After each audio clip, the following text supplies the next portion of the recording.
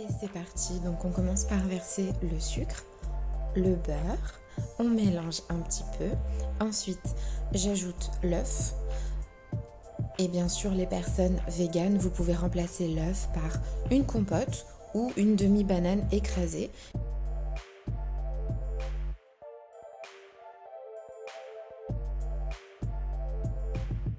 Et là je vais pouvoir ajouter ma pincée de sel, un sachet de sucre vanillé,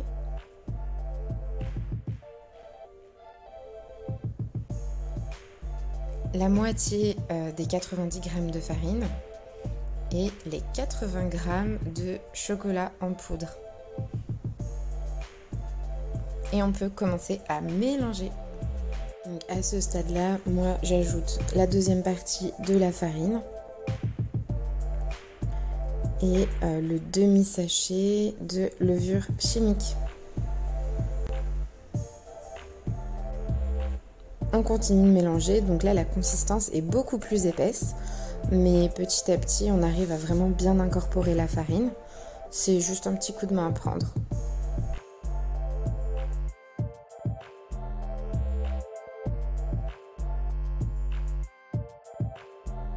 Quand vous en êtes arrivé là, vous avez fait le plus dur. Là, il vous reste juste à rajouter la cuillère de flocons d'avoine. On mélange encore un petit peu et c'est vrai que là, la pâte est assez épaisse. On peut la placer ensuite au frigo pendant 10 minutes et ensuite, on va pouvoir commencer à former les cookies. Donc là, au niveau de la forme, c'est vous qui voyez. Moi, ce que je fais, c'est que je prends une petite cuillère. Ça m'aide à prendre la bonne quantité et je forme une petite boule dans le creux de mes mains et j'appuie pour un petit peu aplatir en sachant que au four, vraiment le cookie va prendre une forme beaucoup plus plate. Donc c'est pour ça que je me casse pas vraiment la tête à les écraser à fond avant de les mettre au four. Vous voyez, je fais vraiment des petites boules, je les écrase à peine et puis ça va très bien parce que de toute façon ça va s'aplatir pendant la cuisson.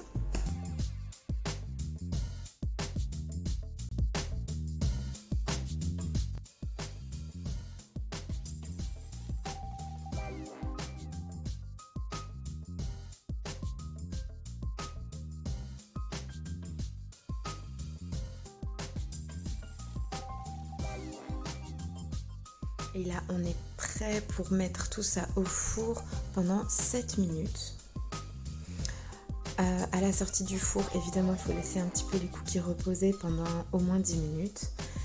Et là, vous obtenez des cookies vraiment délicieux. Alors, ils sont tout fins, mais à l'intérieur, ils sont encore fondants. Le chocolat est encore fondant.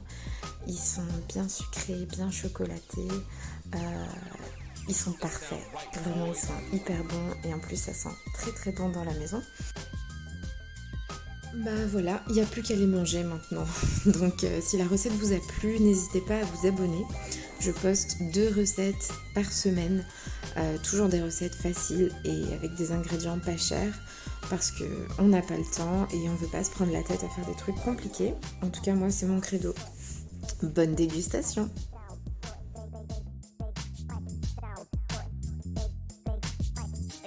White boy.